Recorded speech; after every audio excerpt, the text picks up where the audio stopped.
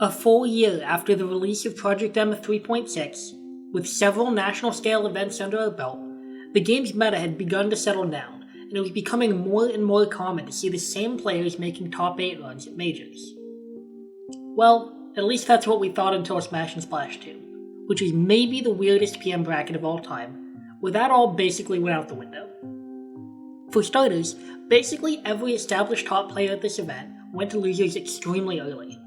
Junebug and Hyperflame played each other in losers for 17th, resulting in the lowest placement of June's career, and other heavy hitters including Mr. Els, Strongbad, Mewtwo and Nun all also went to losers before top 16 had even started. Oh yeah, and Thunders also managed to oversleep for final bracket, getting DQ'd to losers round 1 in top 96, and then proceeding to ruin a bunch of people's days by winning 7 straight sets to make top 8. With all those players in losers, winners bracket started to look like a Midwest regional, with previously hidden bosses Marshall and South both making their way to winners semis, alongside Lunchables and Hungrybox, who actually got DQ'd and then took Ally's spot in bracket and made top 8 anyway. That's a long story for another day, but the point is, this bracket got really weird, and all the upsets leading up to top 8 meant that Lunchables faced off against none of the traditional top players at this event on his path to the winner's side of Grand Finals. Instead, he faced off against a gauntlet of the Midwest's elite, taking down Dirtboy, South, and Marshall all in a row to secure a spot in Grand Finals, one set away from his first ever national victory. But of course, it couldn't be that simple. One of the biggest question marks going into Smash and Splash 2 was Mr. Els. After his first place win at Paragon Los Angeles, he's only entered 2 events, and he's somewhat underperformed at both of them, taking 4th at Tipped Off 11 and 5th at Shots Fired 2. Already in losers thanks to Aki's renowned skill at the Game & Watch matchup, he kinda goes on a rampage. Mr. Els doesn't drop a game in his next 5 sets, including 3-0ing Hyperflame so dominantly that on Game 3 he switches to Wolf, before taking 3-1 victories over both Hungrybox and Thunders to make top 3. Awaiting him is Marshall, the Wisconsin Game & Watch who's already taken out Junebug, Ripple, and Hungrybox today on his path to winners finals, before losing a Game 5 nail-biter to Lunchables. Mr. Els demolishes him in the Ditto.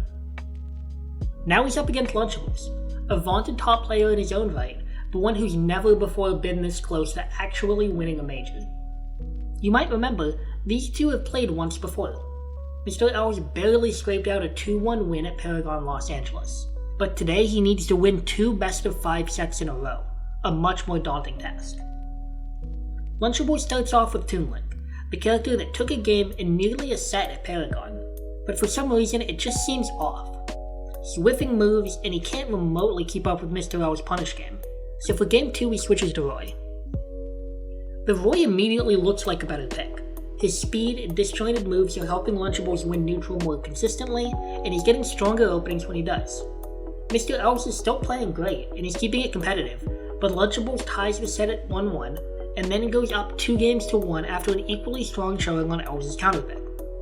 He's getting really early kills using Roy's strong sweet spots, and it's clear from minor interactions, like how he's dashing through the end of Mr. Els' down tilts, where Game & Watch doesn't have an animation despite the move still visibly being out, that he's well prepared for this matchup. The next game is much closer.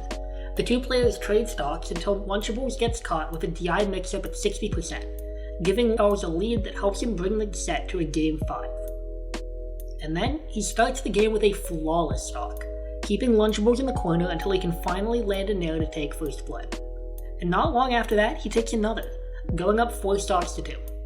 Mr. Els is now in full control of this Grand Finals, and after a failed recovery that results in yet another drop stock for Lunchables, he quits out, attempting to recompose himself for the second set. But the second set is eerily similar to the first. Lunchables tries Marth for game 1, but as with Tink it goes poorly and he switches back to Roy for game 2. Games 2 through 4 are close, but once again on game 5 Mr. Els opens up a massive lead, and Lunchables is just not able to bring it back.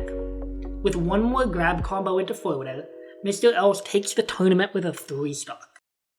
In hindsight, Smash and Splash 2 is a notable event for 4 major reasons. First, it's a return to form for Mr. Els. Like I said, he'd been somewhat putting up underwhelming results at the 2 events he attended between winning Paragon LA and coming to Smash and Splash 2. And then he went ahead and put up one of the best losers runs in PM history to win this event. Second, Lunchables was closer than ever to winning a major. After a relatively long time as a top player, he finally made it to Grands at an event of this scale, and though he didn't quite pull out either of the Game 5 sets against Mr. L's, how close those sets were fueled hope that we would soon see Roy win a major. Third, while Game & Watch was never exactly a popular character, it's pretty safe to say he became much more hated after SNS 2 for a few reasons. For one thing, there were 2 Game & Watchers in top 3, meaning that no matter who your favorite player was, odds are they lost to at least one Game & Watch in that bracket. And more importantly, it became easier to say that the character was carrying players now that someone other than Els was doing well with him. Of course, it certainly didn't help that Hungry Box lost to both Marshall and Mr. Els, and then complained vocally about the character afterwards. Speaking of Marshall, the last reason that SNS 2 was so significant is that it reminded us all just how many talented players there are in the scene, many of whom we had never heard of before. Depending on your knowledge level at the time, Zigludo, Marshall, and even now common names like Aki and South were seemingly coming out of nowhere with incredible wins. These players weren't just pulling huge upsets and shocking the scene, they were also putting their local regions on the map at a time when regions like Wisconsin and Washington weren't considered especially strong scenes.